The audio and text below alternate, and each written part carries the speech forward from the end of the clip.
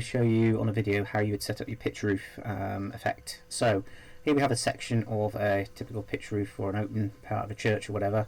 So let's say, for argument's sake, that the wall height is going to be 7.5 meters and the hypotenuse in section, or the length of the roof, is going to be 7.5 meters. When we set the sign map room up, we need to make sure it's 15 meters high.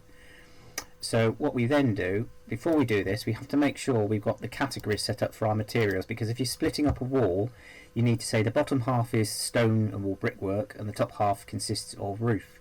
So what essentially you do, you go into your tools elements menu, you select one of your categories, i.e.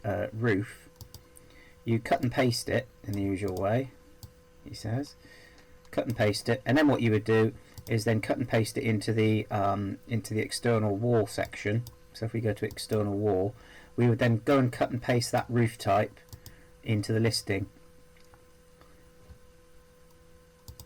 What we then do is define the room. So we insert our room definition. We do the usual thing by clicking around the boundary.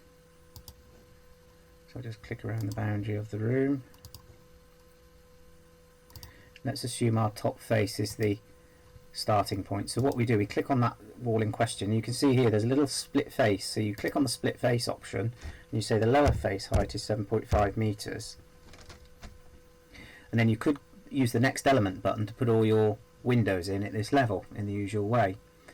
So we'll just go around the room and just finish these faces. That one.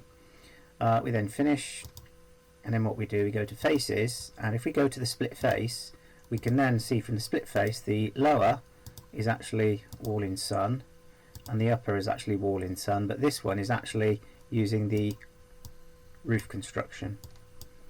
And that will then give you the correct height for the hypotenuse that we looked at in elevation. So that 7.5 meters there represents the 7.5 meters of our roof. So it's not the vertical height perpendicular, it's the combination of that plus that.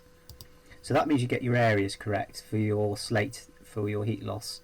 And that's effectively how you would handle that in a big open plan church, with the stonework at the bottom and the roof type at the top. Even though it's categorized as a wall, you're using the right material, it's exposed in sun, so that's effectively how you handle that. Any questions, you know where I am.